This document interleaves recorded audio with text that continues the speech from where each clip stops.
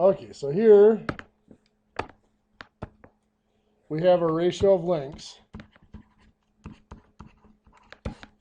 which is the 12 to 30, which reduces to 2 to 5, right? So for my ratio of areas, how do I find that? Yes, 2 to 5 squared is a 4 to 25. I have the 625, which is going to go up here. It's the smaller one. We cross multiply and divide. 25 times 625 divided by 4. 3906.25 square inches.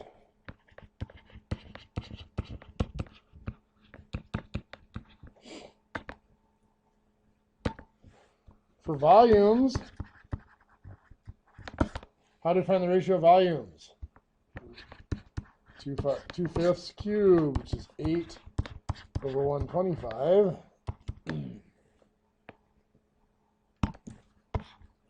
The 15,625 goes on bottom. We cross multiply and divide.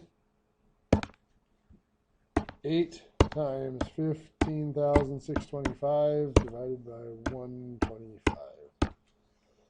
How about we try that again? 8 times 15,625 divided by 125.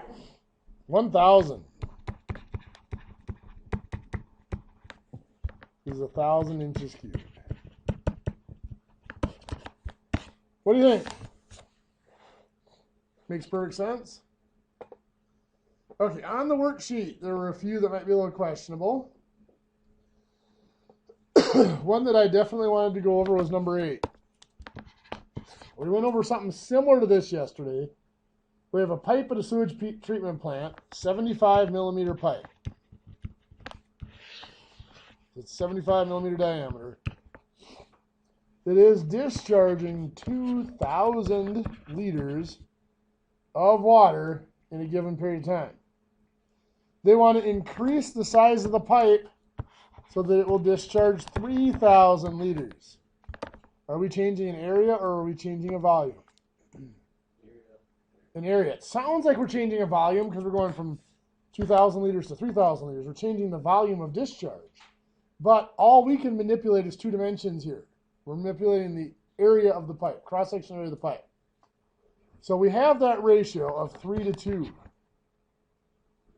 That is a ratio of areas. We want to increase the area at a ratio of 3 to 2. 3,000 over 2,000 is what that comes from. Reduces to 3 to 2. So we want to increase the diameter so that the area is increased. Well, the current diameter is 75. That's the smaller one, so that goes with the 2. But this has to be squared.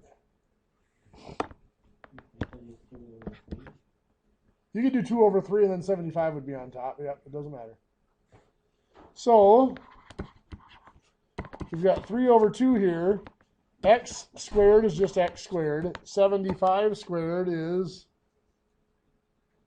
anybody? 5,625, right? Okay. So we're going to cross multiply and divide.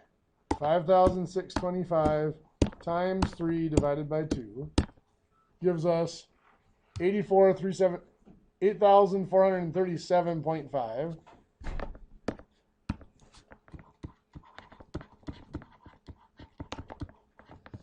Now that's x squared, so we have to square root that. Get 91.855, 91.86.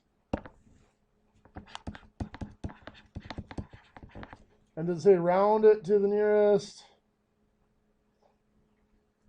It doesn't say. So if the pipe is to discharge 3,000 liters in the same period, 91.86 or 92 millimeters is what it has to be. Notice it's not near as big as you would think it would have to be. I mean, you'd think it'd have to be all larger. It only increases 16 or 17 millimeters in diameter. Does that make sense? Any others looking on there that you would like to see? Because this is the ratio of lengths. Okay. So yeah, so the ratio of lengths has to be squared to get to equal the ratio of areas. Can you go off one more time? Sure. Okay. Number 14.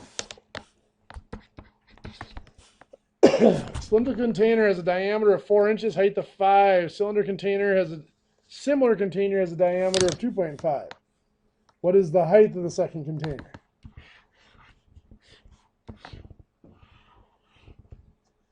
So this one has a diameter of 4, height of 5.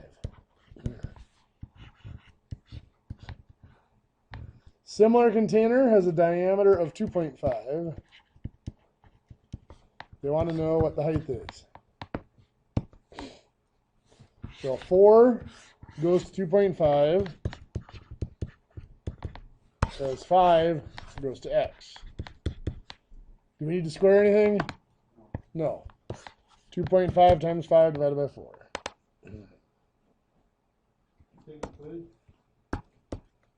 In a little bit. With these problems? Yeah. Problems? No, not necessarily a word problem. Okay. So 3.125. Were you trying to surprise us? Oh, no. Surprise way? You didn't really hurt no surprise, no. Who's this guy? Hey, guy. What are you doing? How are you?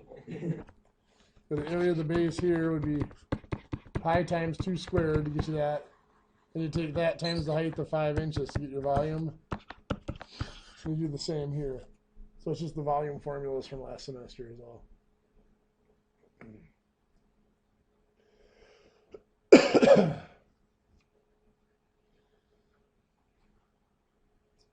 Okay, looking through this, it looks like that's all we need to know for the quiz. So I'm going to give you guys the quiz now.